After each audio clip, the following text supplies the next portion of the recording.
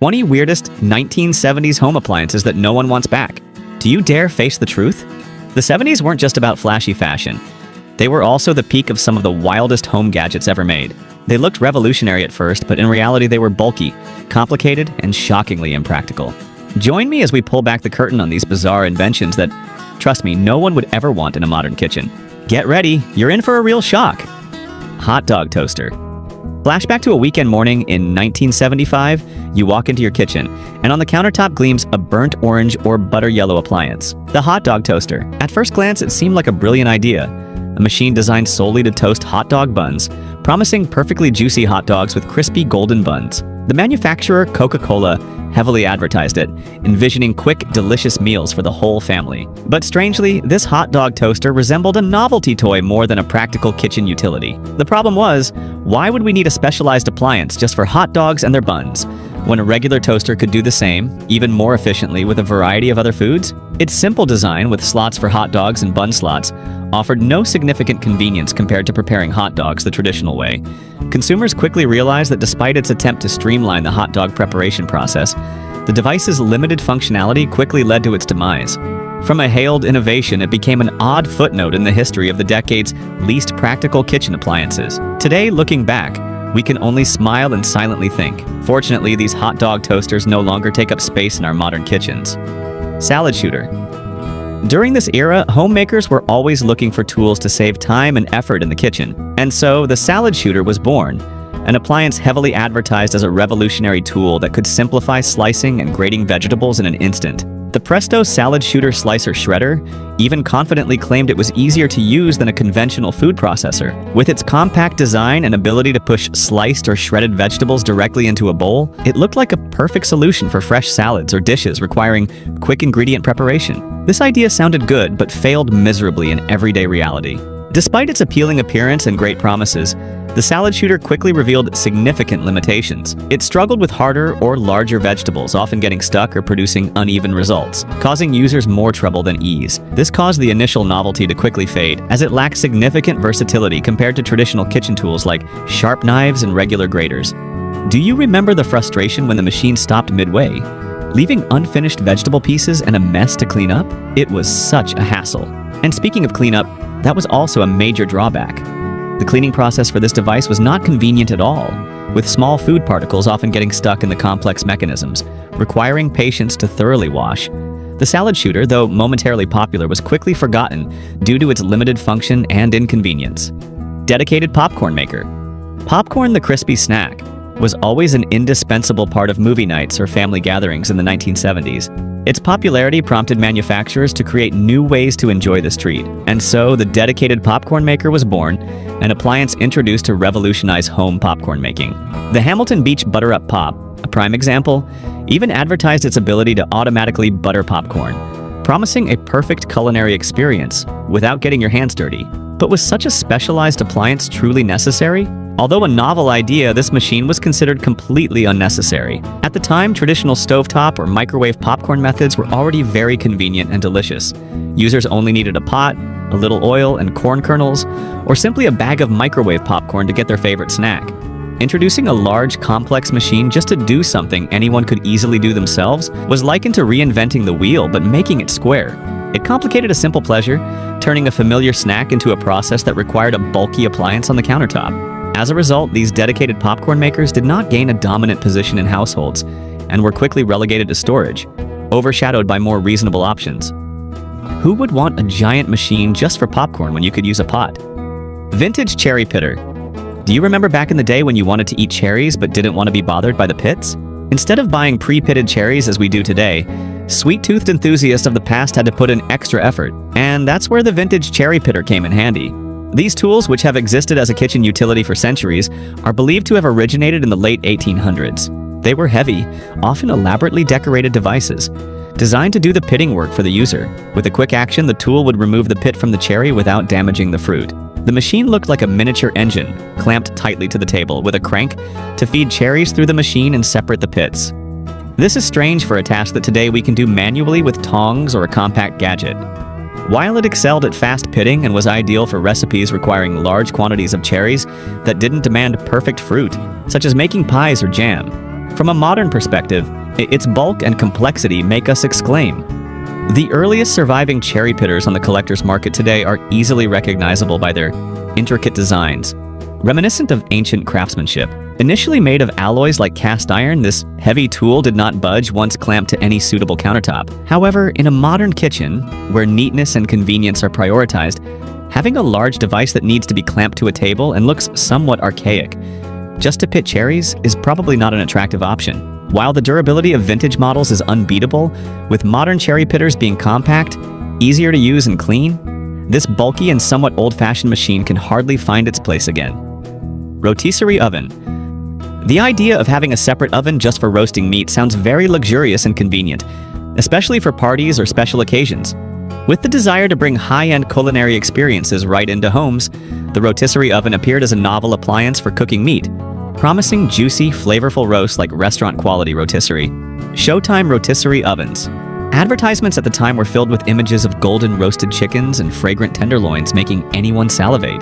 But one of the main reasons the rotisserie oven could not become widespread was its bulky size. It took up a lot of valuable kitchen space, which was impractical for most already small family kitchens. You had to find a clear spot on the counter or in a cabinet to store a huge machine just for use a few times a year.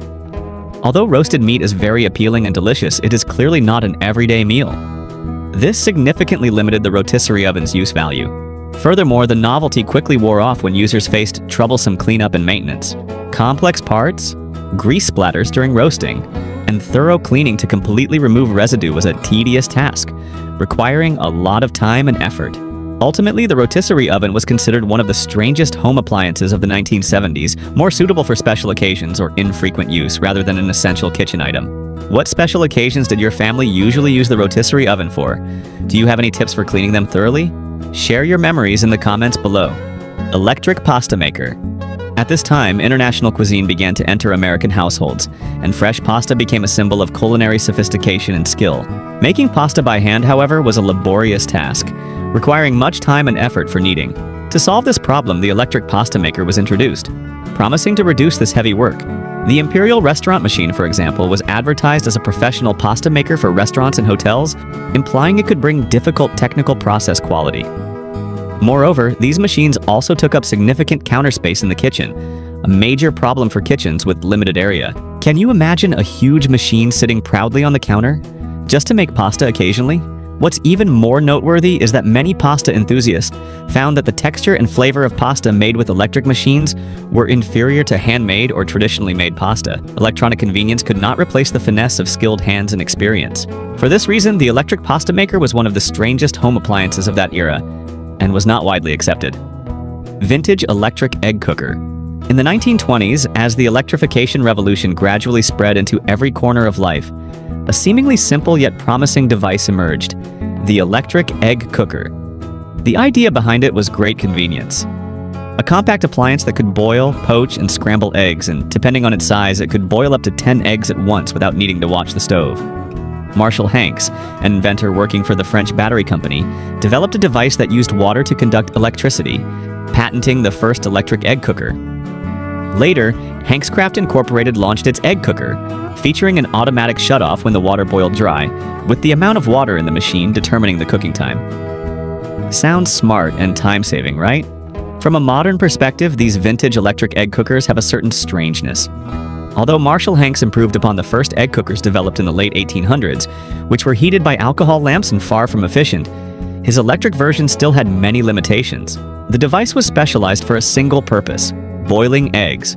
Meanwhile, boiling eggs in a simple pot on a gas or electric stove was too easy, not requiring a separate appliance. This made the electric egg cooker redundant in many kitchens. Some companies like Hotpoint and Sunbeam later improved the design with stainless steel materials, inserts for poaching eggs, and convenient measuring cups for water. And there was even Hankscraft's Fiesta line, decorated with colors inspired by Homer Laughlin China's Fiesta dinnerware, produced until the 1960s. But its specialized nature and reliance on water quantity to control cooking time could be inconvenient for unfamiliar users. General Electric Wall Refrigerator. Unlike traditional floor-standing refrigerators, this model was mounted directly onto the wall, offering a futuristic and streamlined design that reflected the trend of modernizing home appliances at the time. This was a breakthrough idea helping to free up valuable floor space in the kitchen, especially appealing for smaller homes and apartments. Refrigerators were often installed at eye level, making it easy to retrieve food without bending over.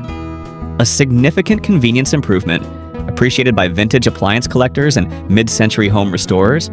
But for the vast majority of consumers today, the idea of a fixed wall-mounted refrigerator is no longer appealing. The installation was complex and fixed, not allowing for easy relocation or repositioning like modern freestanding refrigerators. This limited flexibility in kitchen design and layout. The capacity of these refrigerators was often much smaller than modern family refrigerators, failing to meet functional and aesthetic needs over the decades. By 1956, upgrading kitchen sinks with organized cabinets and drawers became incredibly popular. If you wanted to keep up with the latest interior design trends in 1956, you would certainly upgrade your kitchen sink. The old trough-style long-legged sinks were eliminated, replaced by neatly organized cabinets and drawers. Fondue pot. In the 70s, the fondue pot suddenly became the centerpiece of every dinner party and social event, offering a fun and unique communal dining experience. The original chocolate factory, a famous fondue brand, advertised it as an easy way to turn fruit or cake into a special dessert. It was a great idea, gathering together, dipping food into rich cheese or sweet chocolate, creating a cozy and bonding atmosphere. From classic Swiss cheese fondue to chocolate dessert fondue, the fondue pot represented a new culinary style, emphasizing interaction and shared enjoyment. Behind the glamour of parties, the fondue pot hid many drawbacks that prevented it from becoming an essential home appliance.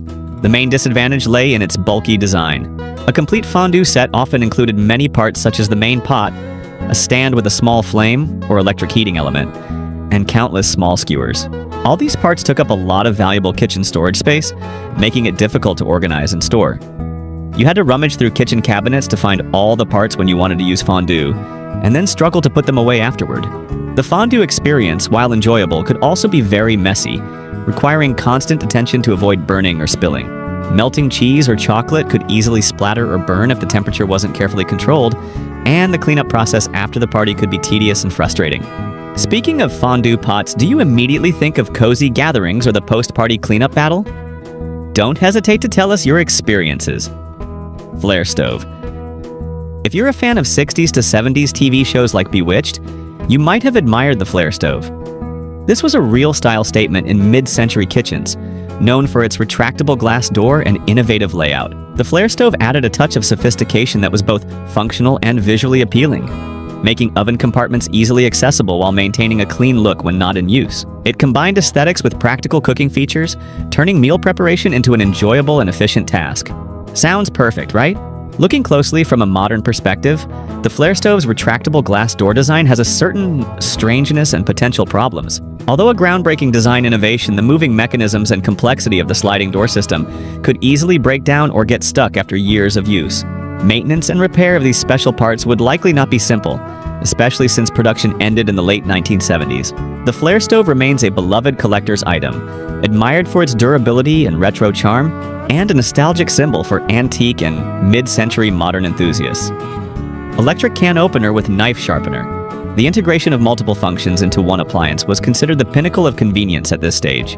This device was designed to open cans at the push of a button, while also integrating a knife sharpening component, promising double convenience for users. It sounded like a perfect solution for every kitchen, saving space and reducing the number of tools needed. But the reality was not as rosy as the advertisements. It took up more counter space than the actual value it provided. A bulky, multifunctional machine would quickly become an obstacle in a small kitchen. When used long enough, its performance was often unstable. Some users might find it opened cans easily while others struggled, fumbling with stubborn cans. This turned can opening from a simple task into an unwanted gamble.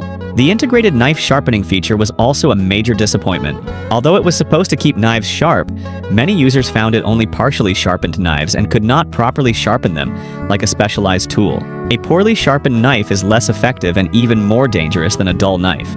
It was a two-in-one device that wasn't truly effective in either function. It became a controversial appliance. Some loved the convenience, if lucky, while others just wanted to throw it out of their kitchen. Electric ice crusher. In the vibrant parties of the 70s, having crushed ice for cocktails and refreshing drinks was essential for adding sophistication. And to meet this need, the electric ice crusher was born, promising to deliver perfect crushed ice in an instant.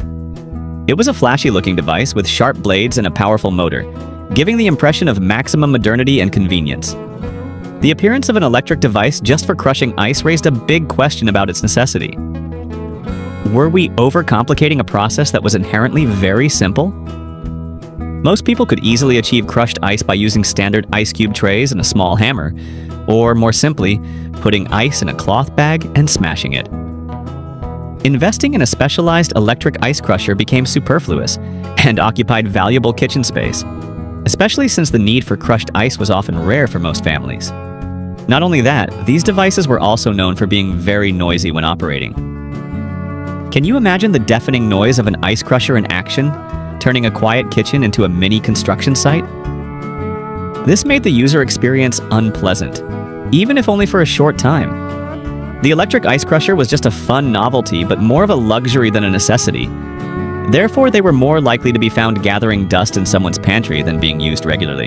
Sometimes simplicity is best. Do you know any other unique devices from the 70s that we haven't mentioned? Feel free to add them to the list.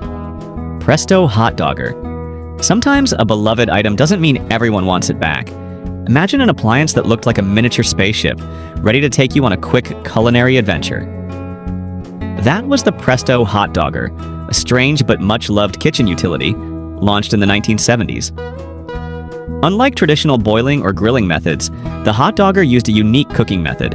It used metal rods to conduct electricity directly through the hot dogs, heating them from the inside out in about 60 seconds. The hot dogger had a simple plastic base with 6 metal slots, each designed to hold a hot dog. When powered on, the device would transmit electricity through the hot dogs, cooking them quickly while maintaining a firm and juicy texture. This direct electric heating method was an unusual but effective way, making the hot dogger an interesting and convenient option for quick snacks. The clear plastic lid allowed users to watch the hot dogs cooking, adding an element of novelty. Many still remember the characteristic sizzling sound and a faint ozone smell emitted during operation, creating a nostalgic memory for those who grew up with it. Although loved by some, especially vintage appliance collectors and hot dog fans, the hot dogger was still a rather strange device. Its specialized purpose only to cook hot dogs made it unnecessary for most households. Why have a separate machine just to cook hot dogs when you can boil, grill, or fry them on the stove easily? Its unique space-age design and distinctive cooking method made it a true relic of 70s kitchen innovation, but also an appliance that the vast majority of modern consumers would never think of owning. Electric knife sharpener. Dull knives are always the bane of any chef, professional, or amateur. At this time, the electric knife sharpener was introduced as a modern solution to this problem, promising convenience and efficiency, keeping knives sharp without traditional sharpening skills. Advertisements for the Model 2100 confidently claimed its ability to quickly sharpen knives in an instant. It sounded like a miracle for those who didn't have time or didn't know how to sharpen knives manually. The promise of convenience and quick effectiveness quickly met with harsh reality. A major drawback of electric knife sharpeners is their inefficiency compared to traditional sharpening techniques. Many users found that while electric sharpeners could restore a certain level of sharpness, they often didn't achieve the razor sharpness obtained by manual sharpening. This imperfect sharpness could make cutting more difficult and even less safe. If not used frequently, they also took up a fair amount of valuable counter space due to their bulky design and were also difficult to store neatly. In a modern kitchen, every square inch is valuable, and a bulky appliance used only occasionally quickly becomes a burden. Some models were also known for being very noisy when operating, causing discomfort for users and those around them. People remembered them more for their novelty than for their practicality. Electric wok. Stir-fry dishes became popular in Western households in the 70s, bringing unique Asian culinary flavors. To make stir-frying easier and more convenient, the electric wok was introduced to the market. Kmart even advertised the West Bend 64 electric wok, promising delicious stir-fries without a traditional gas or electric stove. The idea of having a separate electric wok that could be plugged in and used anywhere sounded very appealing to those who wanted maximum convenience. But was an electric version truly necessary? One of the biggest complaints about electric woks was the lack of precise temperature control compared to traditional woks. While traditional woks are heated directly over a flame, allowing for precise and quick temperature adjustment, a crucial factor for stir-fries, electric woks relied on preset machine settings. This often led to uneven cooking, causing food to be overcooked or undercooked, losing its desired flavor and texture. Besides, these devices were also large and bulky, occupying valuable counter or storage space in the kitchen. With a non-detachable design, cleaning was also a major issue. Grease and food residue often clung to the electrical components, making them difficult to wash and thoroughly clean. The electric wok ultimately became one of those appliances that seemed like a good idea at the time but didn't actually deliver as expected. For most people, a traditional wok on the stove is still the best choice for a perfect stir-fry. Electric food dehydrator. At this very time, curiosity made us willing to try everything new, no matter how inconvenient. The idea of preserving food by drying became popular, seen as a healthy and natural method to extend the shelf life of fruits, vegetables, and meat. To make this task easier, electric food dehydrators were designed and widely promoted. Ronco, a famous brand at the time, even advertised its dehydrator and yogurt maker could do many things for under $15, which sounded like a great deal. The purpose was for users to make their own healthy dried snacks or preserve their harvest. Actual use of these devices, however, was a different story. They were often large, bulky, and truly a nuisance in the kitchen. Imagine a huge machine taking up all the counter space, humming for hours to dry a batch of fruit. The results were often inconsistent. Sometimes the food was perfectly dried, but sometimes it was too moist or too dry, like playing food preservation roulette. You would never be sure of the outcome, wasting time and ingredients. Not only that, they were very difficult to clean. Drying trays stacked on top of each other, food stuck in crevices, cleaning became a tedious and time-consuming task. For all these reasons, electric food dehydrators were quickly deemed not worth the effort. Electric slicer and shredder. Similar to the salad shooter, electric slicers and shredders were advertised as advanced tools designed to streamline kitchen tasks like slicing vegetables and shredding cheese. They could slice and shred easily, were dishwasher safe, and easy to store. These devices promised to replace traditional knives and hand graters, offering the consistency and speed that homemakers always desired. The design was quite bulky, requiring a large amount of counter space or storage space, which was rare in smaller kitchens. This lack of space efficiency made them impractical for frequent use. Instead of being a utility, they became an obstruction on the kitchen counter. Additionally, although designed for specific purposes, they were less versatile than advertised, often struggling with certain types of food, leading to uneven results and frustration. You can imagine trying to slice a hard vegetable and the machine gets stuck, or malfunctions, forcing you to pull out a knife and do it manually. Some models were also prone to getting jammed or malfunctioning, interrupting the cooking process. Although popular in the 1970s as a symbol of innovation enthusiasm, their appeal diminished over time. Electric can opener. The first electric can opener was patented in 1931 by the Bunker Clancy Company in Kansas City, more than half a century after the earliest standard can openers were invented. However, it did not become immediately popular, partly because it was a bit ahead of its time. In 1931, many families still did not have electricity. It wasn't until 25 years later in the 1950s that the electric can opener truly became popular. Walter Hess Buttles and his daughter Elizabeth together developed a freestanding electric can opener that could sit on the kitchen counter. Walter designed the blade and motor, while Elizabeth sculpted the exterior casing. This product launched very successfully in late 1956, just in time for the Christmas shopping season, and was manufactured under the Udo brand of the Union Die Casting Company. Over the next few years, this device was launched in various styles and colors, and other brands also released their own versions of electric can openers. Although perhaps less common today, many electric can openers are still on the market from major brands like Hamilton Beach, Cuisinart, Bella, and even Amazon Basics. However, looking back at electric can opener versions from the 1970s, we can see some strange aspects that are no longer suitable for a modern kitchen. Earlier models were often quite large, occupying a significant portion of kitchen counter space that today we might dedicate to more versatile appliances or simply leave open. Compared to compact manual can openers that are easy to store, or even cans with convenient pull tabs, owning a large electric machine just to open cans seems a bit redundant. Furthermore, while convenient for those with joint issues or hand strength problems, for the majority of users, a manual can opener remains reliable, durable, and doesn't require electricity. Having to plug it in, find space for a specialized device, and deal with its slight noise might make many feel it's unnecessary. SodaStream machine. Early SodaStream machines from the 1970s were very different from the modern soda makers we know today. At that time, the idea of making carbonated drinks at home was incredibly novel and appealing, promising unprecedented convenience and flavor customization. No need to buy bottled soda from the store. You could make your favorite drinks yourself with just a machine on the kitchen counter. In practice, however, the execution of this idea was not as desired. Early SodaStream machines were often bulky and clunky, taking up a large amount of counter space, making them more of an obstruction than a utility. Their clunky and unrefined design also didn't suit many kitchen styles. Moreover, they only had basic flavors, not as diverse and appealing as modern options.